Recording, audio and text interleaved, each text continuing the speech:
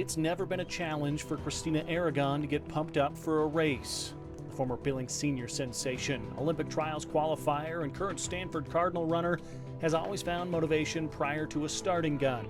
But there was something extra special about her senior state track meet in Missoula in 2016. I remember being pretty excited for everything. I think when it's your last shot at something, you kind of just want to really do your best and make improvements on everything that you're doing. The expectations were immense. Aragon was a 9-time state champ, held three-peats in the 4, 8, and 1600, was the defending Montana Gatorade Athlete of the Year, and was Stanford bound as one of the top prep runners in the nation. She, not surprisingly, lived up to the hype. I probably had a lot of different goals going in to that meet. I just wanted to compete the best I can, but I remember being particularly excited for the 800. I don't know why that, maybe it's because it was my sister's state record. I don't feel like we are particularly competitive or anything, but maybe that just kind of accentuated the 800 meter state record. So I remember, the 800 definitely being a primary goal in my mind, wanting to break that record. 2 minutes, 5.65 seconds later, she had achieved just that.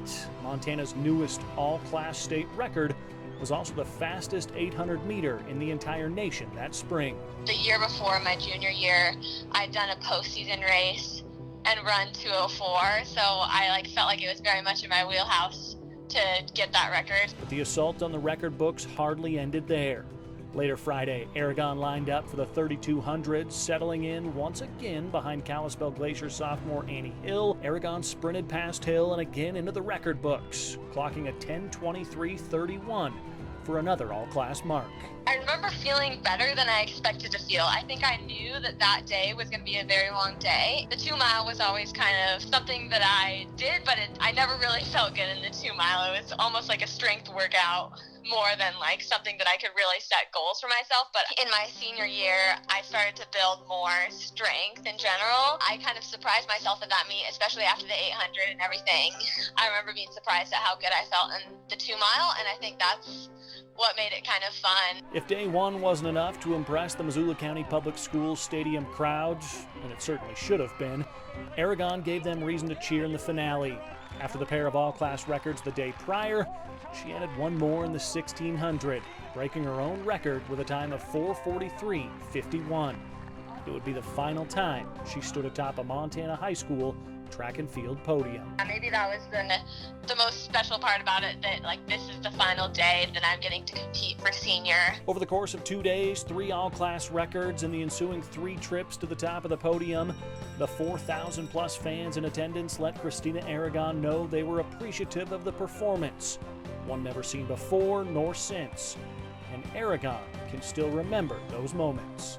I felt like that was a really cool moment for me. That may have been maybe the most special moment of the whole meet, because it felt like it was Montana kind of joining together.